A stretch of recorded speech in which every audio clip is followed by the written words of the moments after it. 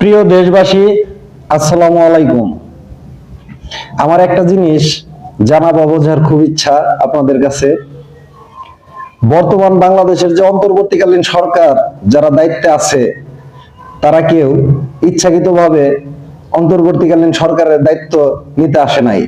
তাদেরকে এই অন্তর্বর্তীকালীন সরকারের দায়িত্ব তাদের উপর অর্পণ করা হয়েছে।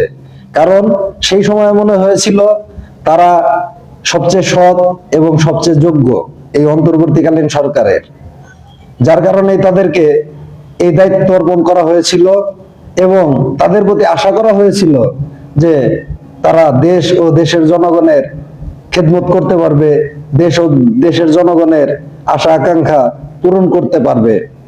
কিন্তু কি হলো, তারা অন্তর্বর্তীকালীন সরকারের দায়িত্ব পাওয়ার পর তারা হয়ে গেল অসৎ, বিতর্কিত। আমার কি ধারণা জানেন?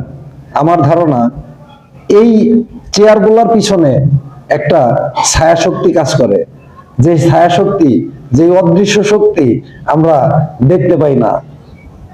তারা এই চেয়ারগুলায় থাকা মানুষগুলাকে ইন্ট্রোডিউস করে তাদের বসে নিয়ে যায় এবং তাদের মতো করে চালায়, যার কারণে এই সৎ, এই যোগ্য ব্যক্তিরা হয়ে গেল অসৎ এবং অযোগ্য। দেশ ও দেশের জনগণের আশা আকাঙ্ক্ষার কোনো কিছুই তারা পূরণ করতে পারলো না। তারা হয়ে গেল একজন ব্যর্থ সরকার। আপনাদের কি ধারণা? কমেন্টস বক্সে কমেন্টস করে জানাবেন।